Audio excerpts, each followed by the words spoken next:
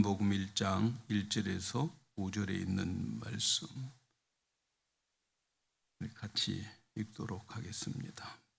태초에 말씀이 계시니라. 이 말씀이 하나님과 함께 계셨으니 이 말씀은 곧 하나님이시니라. 그가 태초에 하나님과 함께 계셨고 만물이 그로 말미암아 지은 바 되었으니 지은 것이 하나도 그가 없이는 된 것이 없느니라. 그 안에 생명이 있었으니 이 생명은 사람들의 빛이라. 빛이 어두움에 비추되 어두움이 깨닫지 못하더라. 아멘. 할렐루야. 오늘 제목은 말씀으로 오신 예수님 이렇게 정하고 함께 은혜 나누기를 원합니다. 오늘 또 우리가 예수님을 더 깊이 알아가는 그러한 말씀이 되기를 축복합니다. 우리는 예수님을 더 깊이 알아가야 됩니다.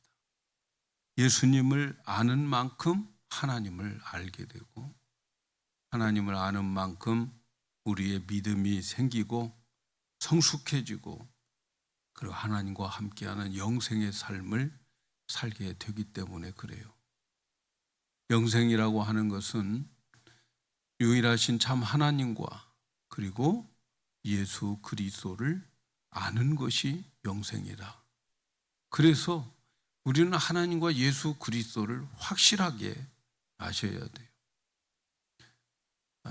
가끔 하나님께 때를 쓰고 하나님 저에게 이 예배당을 허락해 주셨는데 너무나도 힘듭니다. 보내주세요. 그렇게 기도하다가 한편으로는 그래 우리 교회에 오신 모든 분들은 진짜 알곡 신자로 만들어야 되겠다. 한 사람도 나고자 없이 모두가 다 천국을 거뜬히 가는 그러한 신자 이런 성도들로 만들어야 되겠다. 그런 교회가 되면 위로를 받을 것 같다. 그런 생각이 들어요. 그래서 저부터 그렇게 기도합니다. 제가 말씀을 전하는 종이지만 말씀을 전하고 난 다음에 버림받지 않도록 도와주세요. 성도들에게는 실컷 가르치고 내 자신이 버려지면 나는 완전 실패한 거죠. 그래서 우리 모든 성도는 나부터 우리 온 성도들이 확실한 믿음을 가지고 언제 죽어도 우리 성도들은 기쁜 마음으로 그들을 하늘나라에 보낼 수 있는 그러한 우리 교회 분위기가 되었으면 좋겠습니다. 요한복음은 사도 요한이 아주 나이 많이 들어서 기록한 책이에요. 그래서 공관복음이라고 하지 않아요. 마태, 마가, 누가복음은 같은 관점 그리고 공통된 내용들이 많이 기록되어 있어서 공관복음이라 이렇게 말하지만 요한복음은 공관복음이라고 말하지 않아요. 그냥 사복음서에 들어가 있는 말씀이죠. 그래서 이 마태, 마가, 누가복음이 이 공관복음이 다 기록되고 난 다음에 요한복음을 기록했기 때문에 사도 요한은 요한복음에 나타나는 모든 내용과 중첩되지 않기를 굉장히 힘썼던 것 같아요. 그래서 내용이 마태, 마가, 누가복음에 있는 내용보다 훨씬 더 깊고 그리고 우리에게 더 영혼을 터치하는 그러한 말씀들이 있습니다. 그 요한복음을 기록한 목적이 요한복음 20장 31절에 나와 있는데 여기에 보면은 오직 이것을 너희에게 기록함은 너희로 예수께서 하나님의 아들 그리스도이심을 믿게 하고 그리고 그를 믿고 그 이름을 힘입어서 생명을 얻게 하려 함이라. 그러니까 요한이 이 요한복음을 기록한 목적은 하나님의 아들을 알려주어 가지고 그를 믿게 하고 그래서 생명을 얻게 하기 위해서 요한복음을 기록했다, 이렇게 말씀하고 있어요. 그러니까 여기서 사도 요한이 전하고 싶은 내용은 하나님의 아들에 관한 거예요. 하나님의 아들, 그가 예수 그리스도인데 그를 자세히 가르쳐서 그래서 그를 믿고 그 이름으로 생명을 얻게 하기 위한 거예요. 여기서 생명은 영생을 말하는 거겠죠.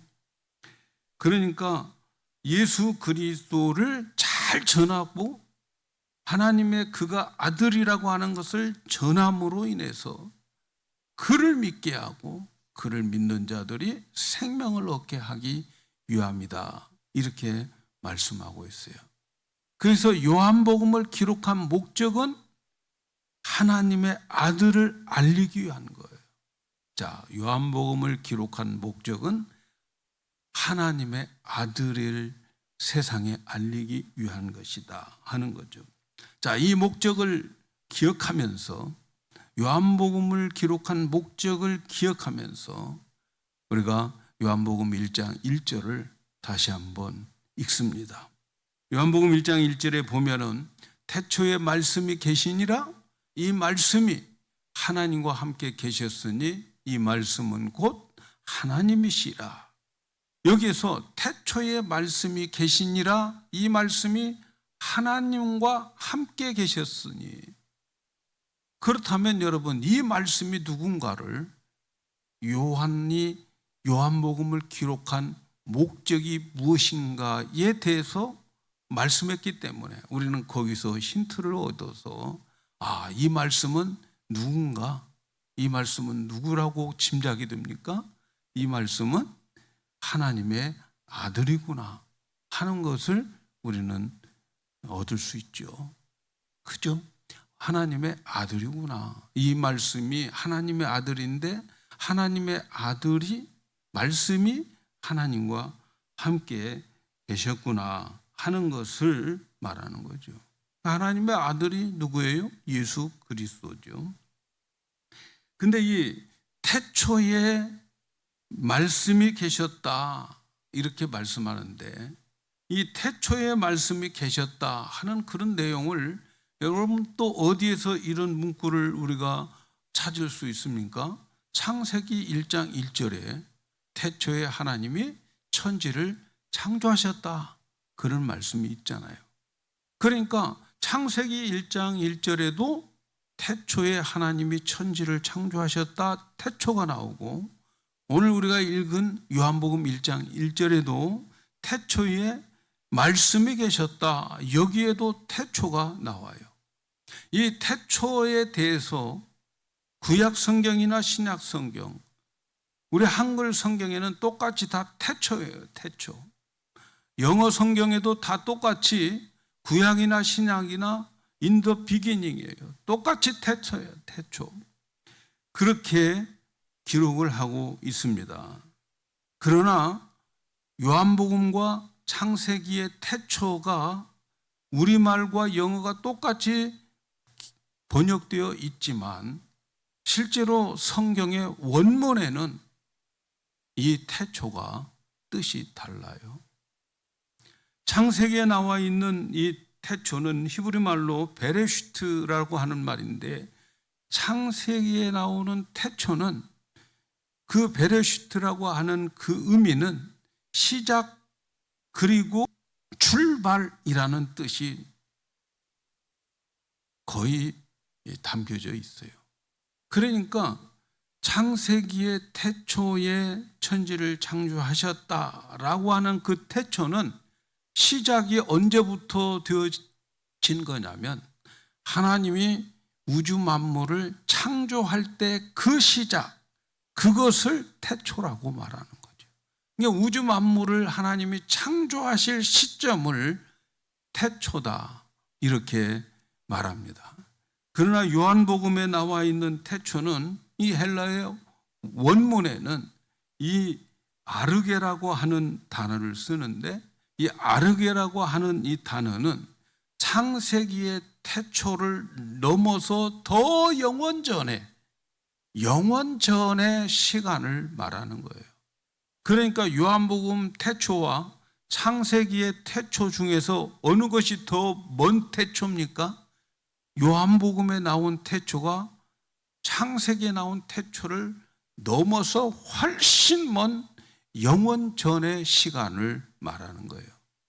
그런데 이 아르게라고 하는 이 태초에 말씀이 계셨다라고 설명을 하고 있는 그 의미가 뭘까요?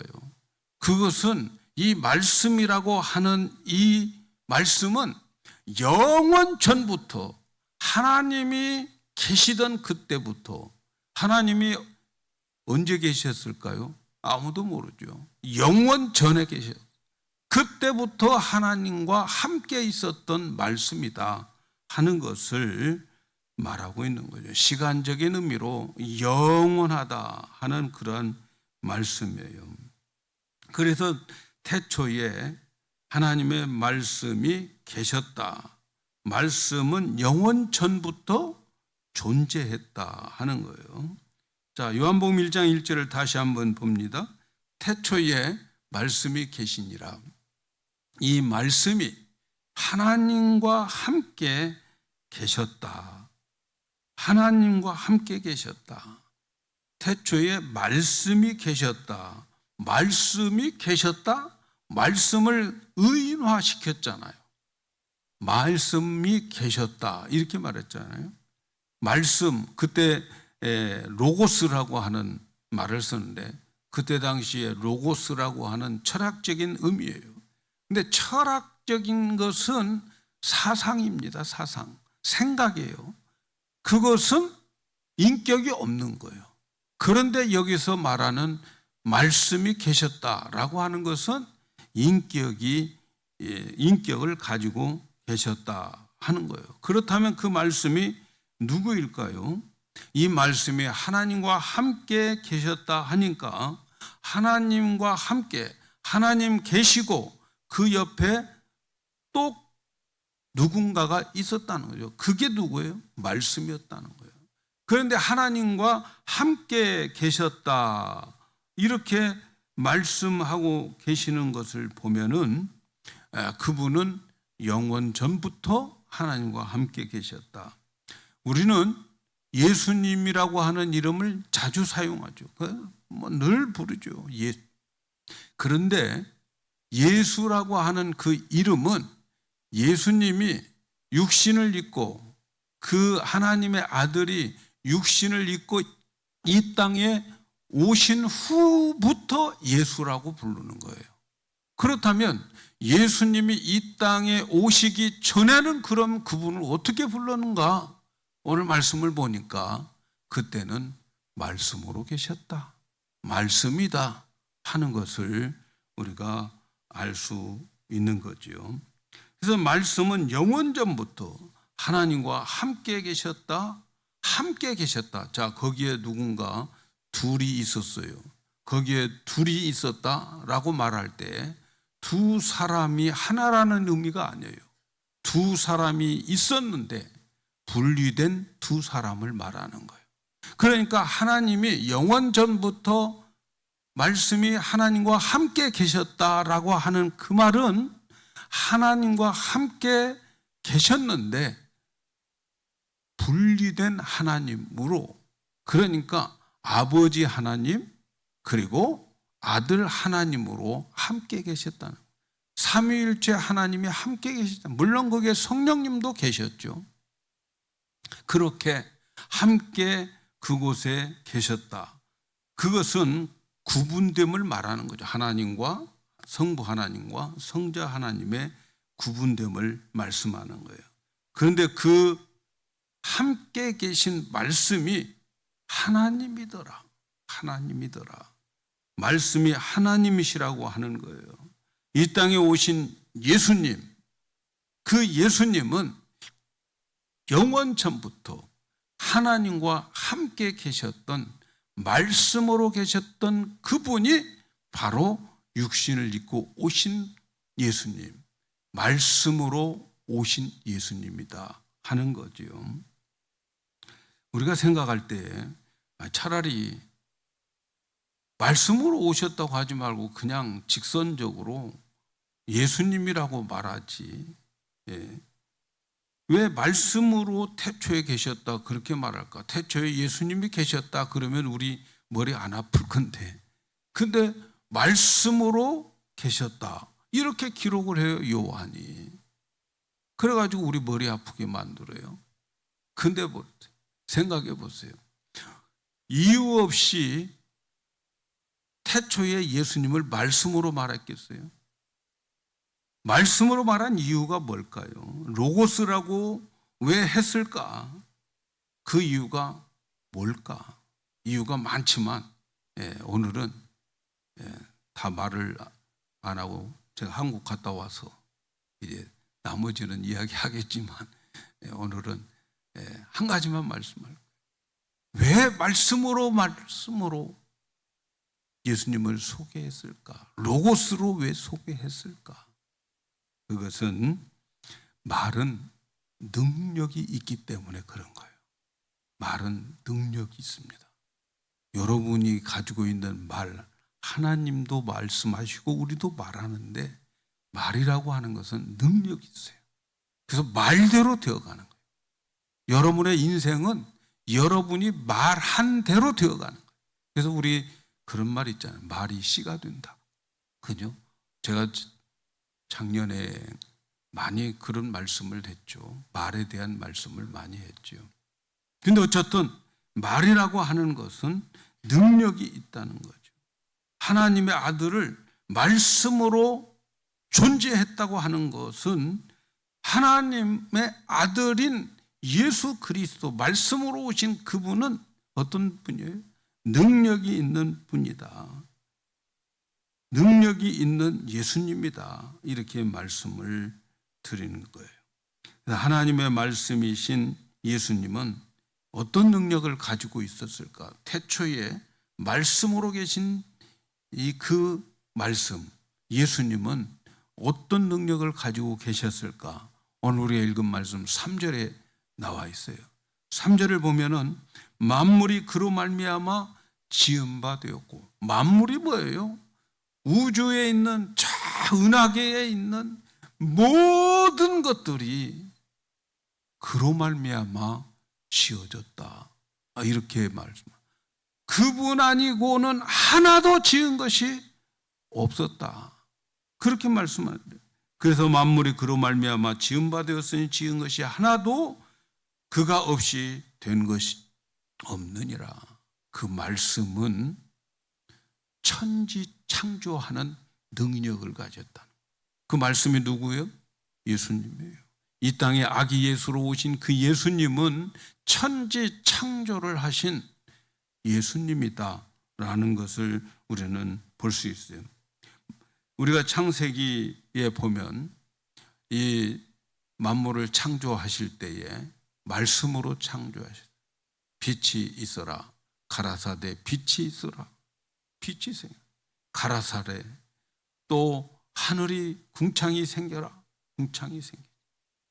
그때 하나님께서 가라사대, 그 가라사대 말씀하시되 그 말씀이 누군가 봤더니 요한복음에서 보니까 하나님이 가라사대가 바로 말씀이었구나. 그 말씀이 바로 말씀으로 오신 예수님이었구나. 이것을 우리는 이제 알게 되는 거죠. 그죠? 그래서 우리가 이 가라사대 요한복음에 나와 있는 그 말씀이 이 우주 만물을 다 창조했다 하는 것을 우리가 알게 되는 거죠. 이 땅에 오신 예수님은 그렇게 능력을 가지고 이 우주 만물을 창조하신 능력자다. 그분이 이 땅에 오시고 우리는 그분을 믿고 있는 거죠. 예수님은 말씀으로 오신 능력의 하나님입니다. 믿습니까? 여러분, 우리가 믿는 예수님은, 내 안에 와 계시는 예수님은 그 예수님이란 말이죠. 믿습니까? 예수님은 정말 천지만물을 창조하신 그분이에요. 그리고 그분은 우리에게 오셨고 내 안에 와 계신단 말이죠. 그래서 예수님은 이 세상에 오셔서 노력하고 노동하고 어떤 행위로 뭘 하시지 않았어요. 예수님은 항상 말씀으로 하셨어요. 그런데 예수님의 말씀인데 누구의 말씀이에요? 하나님의 말씀인 거죠. 예수님은 그러니까 영원 전부터 하나님의 말씀으로 존재하고 계신 분이었어요. 그 말씀이 육신을 입고 이 세상에 오셨죠. 예수님은 말씀하시면 그대로 되는 거예요. 왜? 그 말에 능력이 있기 때문에 그런 거죠. 예수님이 말씀하시면 그 말씀은 하나님의 말씀이고 하나님의 말씀은 능력이 있기 때문에 역사가 나타나는 거예요. 활력이 있게 되는 거죠. 에너지가 생기는 거예요. 그래서 히브리서 4장 12절에 보면 하나님의 말씀은 살았고 활력이 있어서, 이 활력이 있다고 하는 옛날 성경 운동력이 있다라는 말이에요. 하나님의 말씀은 살았고 운동력이 있어서 좌우의 날선 어떤 검보다도 예리해서 혼과 영과 및 관절, 골수를 쪼개고 우리의 생각까지도 뜻까지도 판단하고 고치는 능력을 가지고 있어요. 하나님의 말씀의 능력이에요. 여러분, 하나님의 말씀은 살아있다는 거죠. 활력이 있다. 하나님의 말씀은 활력이 있다. 또는 운동력이 있다. 에네르게스라고 하는 헬라어를 썼는데 그 에네르게스라고 하는 말에서 에너지라고 하는 말이 나왔어요. 에너지, 영어에 에너지라고 하는 단어가 나왔어요. 그러니까 하나님의 말씀을 가지고 운동을 하면 거기에는 능력이 나타나. 그래서 영어로는 파워풀이라고 말하고, 파워풀하고 거기에 능력이 나타나 가지고 액티비티한 그러한 말씀의 활동이 나타나게 된다는 거죠. 그리고 여러분들이 하나님의 말씀을 가지고 순종하고 그 말씀 가지고 운동을 하고 실천을 하고 그럴수록 거기에 능력이 나타나는 거예요. 그런데 그걸 가지고 가만히 장롱 속에 넣어놓고 있으니까 능력이 안 나타나는 거예요. 마음속에 가만히 잠겨도 그냥 활동도 안 하고 말씀 가지고 생활도 안 하고 능력이 안 나타나는 거죠. 얼마큼 능력이 나타나느냐?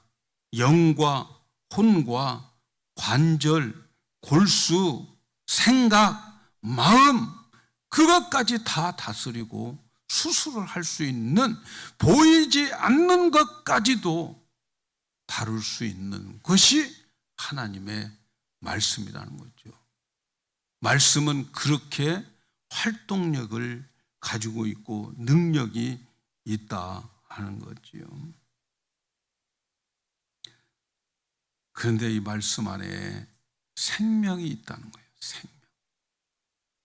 4절에 보면 이런 말씀이 있어요. 그 안에 생명이 있으니 이 생명은 사람들의 빛이라. 여러분, 예수님의 말씀, 하나님의 말씀은요, 생명력이 있다는 것을 믿으십니까? 하나님의 말씀은 생명력이 있다. 죽었어요. 그런데 거기에 말씀이 들어가면 살아나는 거예요. 살아나는 거. 언젠가 말씀드렸죠. 에스겔 골짜기에 마른 뼈들이 그냥 수두룩한 거예요. 얼마나 오래된 마른 뼈인가. 백골이 되었어요. 다 뼈들이 다 말라가지고 하얗게 되어졌는데 거기에 하나님께서 에스겔 선지자에게 대언하라. 내가 하는 말을 그대로 전해라. 그랬더니 거기에 이 마른 뼈들이 하나님의 말씀을 듣고 살아나서 큰 군대가 되더라는 거죠. 하나님의 말씀은 능력이 있어, 생명력이 있어요. 그래서 많은 사람들에게 생명을 주는 그러한 말씀이죠. 여러분, 우리가 구원받은 것, 누군가가 노력해서 구원받았다고 생각합니까? 여러분, 우리가 예수 믿는 것, 누군가가 옆에서 막 도와주고, 누군가가 옆에서 막 거들러주고, 막 구제해주고, 그래서 구원받았을까요? 절대 아니에요. 구원받은 것은요, 아무리 도와주고, 아무리 구제하고, 그래도 그 사람은 그런 것 가지고 구원 못 받아요. 여러분, 교회는 구제 기관이 아닙니다. 교회는 말씀을 전해서 그래서 생명을 주는 곳이 교회인 거죠. 왜? 말씀 속에 생명이 있기 때문에. 그래서 베드로전서 2장 23절 25절에 이런 말씀이 있어요. 너희가 거듭난 것은 썩어질 씨로 된 것이 아니요. 그죠? 우리가 거듭난 건 썩어질 씨로 된 것이 아니고 오직 살아있고 항상 있는 하나님의 말씀으로 된 것이다. 그러므로 모든 육체는 풀과 같고 그 모든 영광은 풀의 꽃과 같으니 풀은 마르고 꽃은 떨어지되 오직 주의 말씀은 세세토록 있도다 했으니 너희에게 전한 복음이 곧 이 말씀이라. 말씀이 거듭나게 하는 거예요. 하나님의 말씀을 들려줄 때에 그 말씀 속에 생명이 있기 때문에 그것을 듣는 자들은 살아나게 되는 거예요. 그래서 구원받고 그래서 예수 믿는 것이지 누군가가 나를 많이 도와주고 케어해서 되어지는 게 아니에요. 말씀을 들려줘야 돼요. 왜? 그 말씀 속에 뭐가 있기 때문에? 생명이 있기 때문에 말씀을 들려주어야 되는 거죠. 그래서 우리가 주위 사람들을 설득해가지고 이해시켜서 그를 구원받게 하려고 생각하면 안 돼요. 그 사람에게 듣든지 아니 듣든지 마른 뼈들에게 하나님의 말씀 그대로 전해주는 거예요. 그러면 그 말씀 안에 생명이 있어서 그 생명 있는 말씀이 그를 마른 뼈를 살아나게 해서 그래서 큰 군대를 이루게 하는 거죠. 우리가 하나님의 말씀을 전할 때에 그 사람에게 하나님의 은혜가 임하면 그 말씀을 받아들이게 되고 그리고 그 사람은 생명을 얻게 되고 구원을 받고 천국 백성 되는 거예요. 말씀 안에 다시 말하면 예수님의 안에 예수님이 전해준 말씀 안에 생명이 있고 누구든지 이 말씀이 들려진 말씀을 믿으면 지옥에서 천국으로 옮겨지게 되고 새 생명을 얻게 되는 거예요. 그래서 요한복음 5장 24절에 이런 말씀이 있어요. 내가 진실로 진실로 너희에게 이르노니 내 말을 듣고 나 보내신 이를 믿는 자는 영생을 얻었고 심판에 이르지 아니하나니 사망에서 생명으로 옮겼느니라. 진실로 진실로 너희에게 이르노니 죽은 자들이 하나님의 아들의 음성을 들을 때가 오나니 곧 이때라. 듣는 자는 살아나리라. 예수님을 믿지 않는 자들은 영원히 다 죽은 자들이에요. 같이 밥 먹고 같이 놀고 같이 사귀고 살지만 예수 안 믿는 자들의 영혼은 죽은 자들이에요. 그런데 그들은 어떻게 돼요? 죽은 자들은 그냥 그렇게 살다가 죽으면 지옥으로 가는 거죠. 그런데 그들에게 하나님의 말씀을 들려주어 가지고 그들이 그 말씀이 은혜를 받아서 그 말씀이 믿어지고 그 말씀을 받아들이게 되면 지옥에서 천국으로 옮겨져 버린다는 거예요. 사망에서 생명으로 옮겨져 버린다는 거지요. 사랑하는 여러분, 예수님이 승천하기 전에는 예수님을 만나려면 예수님 계신 곳으로 찾아가야 돼요. 예수님 승천하시고 예루살렘에 계셨다면 우리는 비행기 타고 예루살렘에 가야 돼요. 그래서 제일 좋은 사업은 항공사업일 거예요. 만나러 가야 되니까. 항공표 사야 돼요. 그런데 감사하게도 예수님은 부활하시고 승천하셨어요. 예수님 부활하시고 승천하셨는데 그 승천하신 예수님이 어디로 가셨을까? 어디로 가셨을 것 같아요? 요한복음 6장 62절에 이런 말씀이 있어요. 예수님이 말씀을 전했어요. 살과 피를, 내 살과 피를 먹어야 너희들 영생을 얻고 또 내 피를 마셔야 된다. 아이고, 그게 무슨 말인지 모르겠어요. 식인종 같은 말씀하시네. 사람들이 많이 떠나갔어요. 제자들도 이거 참 어렵다, 그렇게 말을 했어요. 그때 예수님께서 제자들이 웅성웅성하는 소리를 듣고 제자들에게 이렇게 말씀하셨어요. 요한복음 6장 62절, 요한복음 6장 62절. 자, 여기 보면은 그러면 자, 너희들도 떠나갈느냐? 이렇게 말하고 나서 그러면 너희는 인자가, 예수님이죠? 인자가 이전 있던 곳으로 올라가는 것을 본다면 어떻게 하겠느냐? 여러분, 예수님의 이전 있던 곳이 어디였어요? 예수님 태초에 말씀으로 계신 그곳을 말하는 거예요. 이전 있던 곳으로 올라가면 어떻게 돼요? 이제 예수님은 이전 있던 곳으로 올라가시고 부활 승천하셔서 이전 있던 곳으로 가셨어요. 그러면 그 예수님은 이전 있던 곳에 그 자리에 계시는 거죠. 그러면서 63절에 살리는 것은 영이니 육은 무익하니라. 내가 너희에게 이른 말이 영이요 생명이다. 여러분, 생명이 뭡니까? 영이 뭡니까? 우리 영영 영적으로 살아야 돼. 이게 뭡니까? 예수님의 말씀이 바로 영이고 생명이라는 거예요. 그런데 그 예수님 지금 어디 가셨어요? 이전 있던 곳으로 가셨는데 그 이전 있던 곳이 어디냐? 태초에 말씀으로 계셨던 그 자리로 가신 거예요. 믿습니까, 여러분? 말씀의 자리로, 말씀으로, 원상태로 예수님 가셨어요. 그러면 이제 말씀이 끝났는가? 말씀으로 오셨다가 말씀이 원래 자리로 가셨으니까 끝났는가? 그런데 예수님은 가시기 전에 약속하셨어요. 내가 보혜사 성령을 너희에게 보내줄.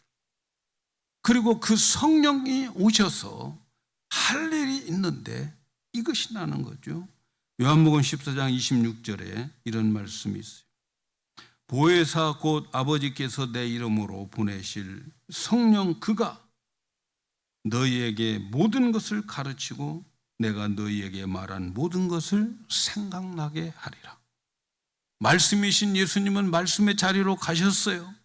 그 대신 예수의 영인 성령을 우리에게 보내셔서 그분께서 하시는 일이 뭐예요? 예수님이 가르쳤던 모든 말씀들을, 하나님의 말씀들을 가르치고 생각나게 해 주실 것이다. 이렇게 약속을 하셨어요. 그리고 성령님이 오셨어요. 그 성령님이 오셔서 어떤 사람들을 붙잡아서 그 사람들의 모든 것을 장악해서 감화시켜가지고 성경을 기록하게 해서 우리에게 성경을 말씀으로 남겨주신 거예요. 잘 따라오고 계시죠? 그래서 하나님의 말씀은 이 성경이 하나님의 말씀을 기록해 놓은 것. 하나님 말씀인 거죠. 그런데 여러분, 이 성경 자체가 하나님일까요?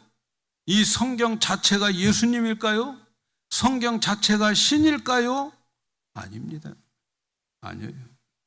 예수님도 아니고 하나님도 아닙니다.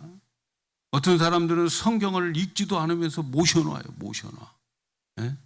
왜냐하면 이 성경을 신성하. 여기 성경을 차에다도 올려놓으면 교통사고 안 날 줄 생각하고. 예? 그게 그냥 얼마나 오래 있었는지. 가끔 신방 가가지고 성경책 갖고 나오면 차에 있대. 차에. 예. 차에다 모셔놓고 계시는 거예요. 차에다가.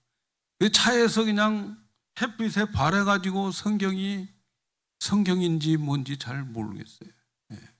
성경 자체가 신이 아닙니다. 성경 자체가 말씀이 아니에요. 하나님의 말씀은 기록된 성경에 있는 이 말씀들이 전해져야 되고 들려져야 되고 이해되어야 되고 믿어져야 그게 하나님의 말씀인 거지요.